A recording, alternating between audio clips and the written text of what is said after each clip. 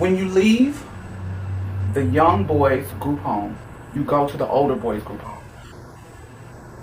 And the dynamic of where you stand in the house changes because now you are the youngest thrown in with the older boys. Your staff members change. You go from a whole group of different staff members to a whole new group of staff members that you have to learn and get abreast to. When I went to the big boys group home, one of my favorite staff members was Will. His name was Will, and he played a huge part in who I am today. So that's what I want to tell you guys about. At the time, Will was 28 years old. I was 14-ish, 15-ish. I know I was going to high school, and at this point in my life, I was 13, 14-ish, yeah. At this point in my life, I was going through the process of hiding what I was to people, but not to myself. I knew exactly what I was to myself. I knew what I liked and who I was in my mind, but I still had the reality that this is something negative to people. So I remember when I first came to the group home, my mom was in prison, and during the weekends, the kids of the group home get to go home with their parents during the weekend and have to come back to the group home. You have weekend passes where you get to go wherever you want, and during the week you're at the group home. So my mom was in prison. My little brother was living with my grandmother.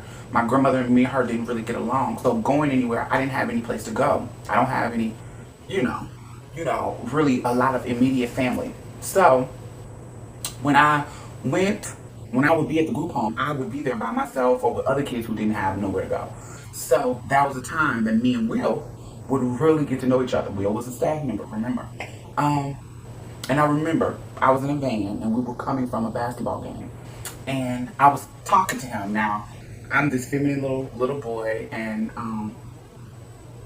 secretly dressing as a girl and, doing all this stuff and thing. But you know that I'm gay. But I'm talking to him and I'm telling him how people always call me gay and I'm not gay and they don't know me like that and all this kind of stuff. And he's looking at me like,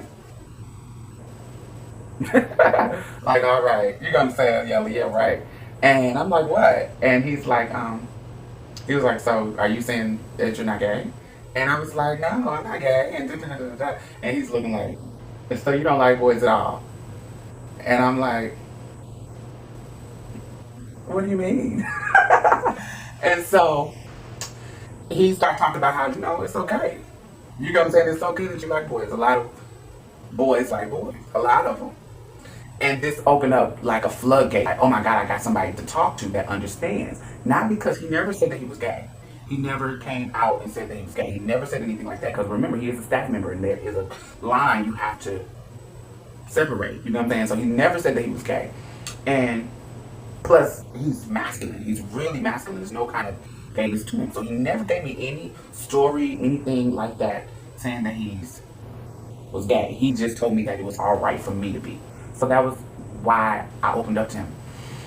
As I opened up to him, he really started to open up my eyes to the straight boy aspect of homosexuality, the masculine homosexuals. He started to have me pay attention to things that men do. He would say things like, I would ask him, like, how do I know the guys that like me or guys that get down? Because he got me wide open. Like, I'm like, oh, so how am I supposed to know who likes me? How am I supposed to tell them? He was like, you can always tell who likes you by if they can't keep eye contact with you, then more than likely they like you. If they can't keep eye contact with you, usually a confident person, and you don't pose a threat to, can keep eye contact with you. They look dead at you. But if they can't keep eye contact with you, or they talk to you looking down or looking away, or can't really face you, or when you look at them in their eyes, they look away, more than likely it's something about you that intimidates them. And if a homosexual male intimidates you, it's not because of like that masculine thing. It's because you are attracted to them and blah, blah, blah, blah. This is how he explained it to me. And what I have learned in my adult life and through my teen years, that was true. Anybody that could not look me in my eye, eventually I learned was attracted to me.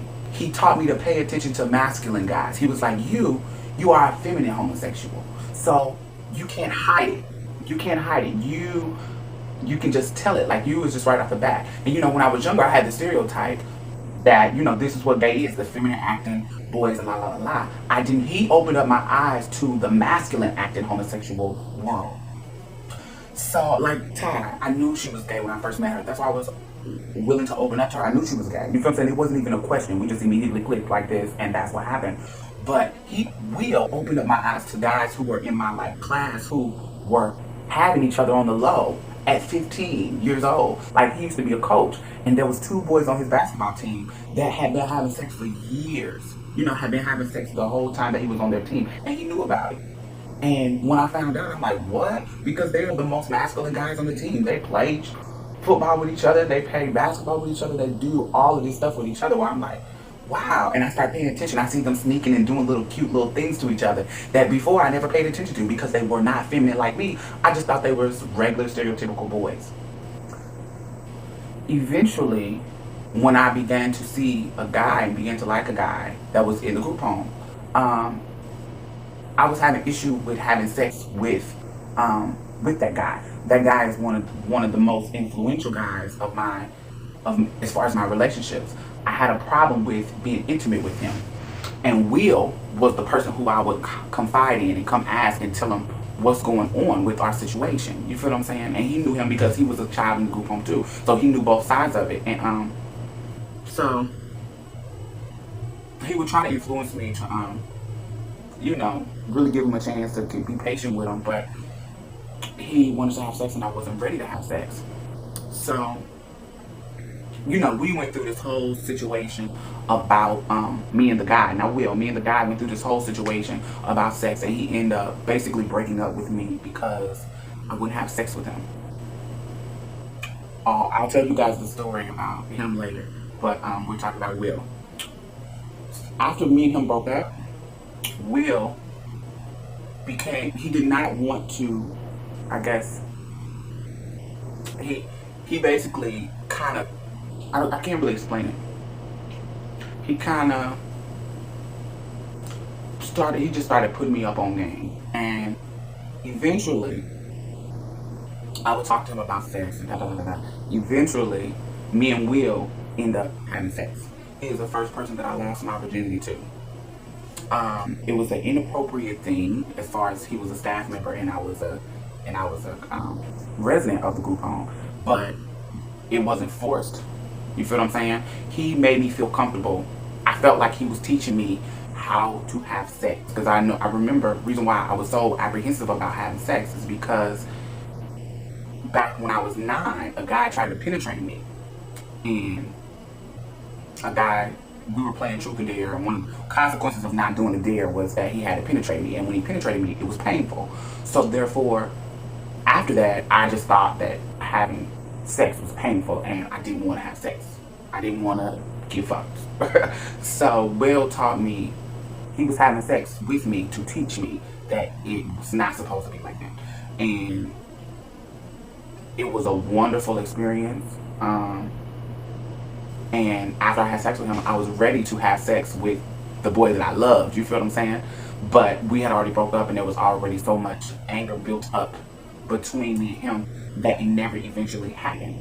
Will is important in my life because he taught me how the game. He taught me, first of all, that sex can be a pleasurable thing, but he taught me how to peep out guys that were not stereotypically feminine, how to peep out guys who were not, your stereotypical homosexual, who were boys, who you could have trade. He taught me the trade life of the world.